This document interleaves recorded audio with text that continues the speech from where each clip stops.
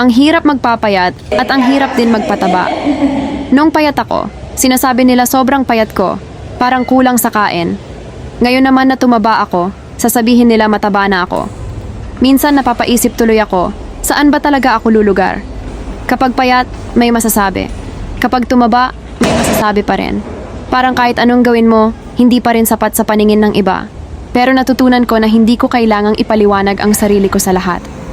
Ang katawan natin dumadaan sa maraming pagbabago at minsan mas pinipili lang nating maging masaya at i-enjoy ang buhay. At dahil nanay na ako ngayon, naiintindihan ko ang halaga ng pagiging masaya at healthy, hindi lang para sa akin, kundi para rin sa pamilya ko. Ngayon, mas pinipili kong pakinggan ang sarili ko kaysa sa ingay ng ibang tao. Mas importante sa akin na maging masaya, healthy at komportable sa sarili kong katawan. Hindi na ako magpapakulong sa standard ng iba o magpapadala sa pressure ng laging may masasabi kung ano ang dapat na itsura ko.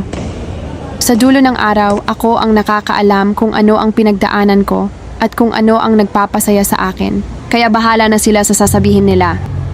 Ang mahalaga, masaya ako, grateful sa katawan ko, at patuloy akong nagiging mas mabuting bersyon ng sarili ko.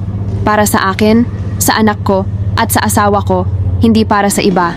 Kung ang trabaho nyo lang ay manghusga, congratulations! Ako, busy maging masaya.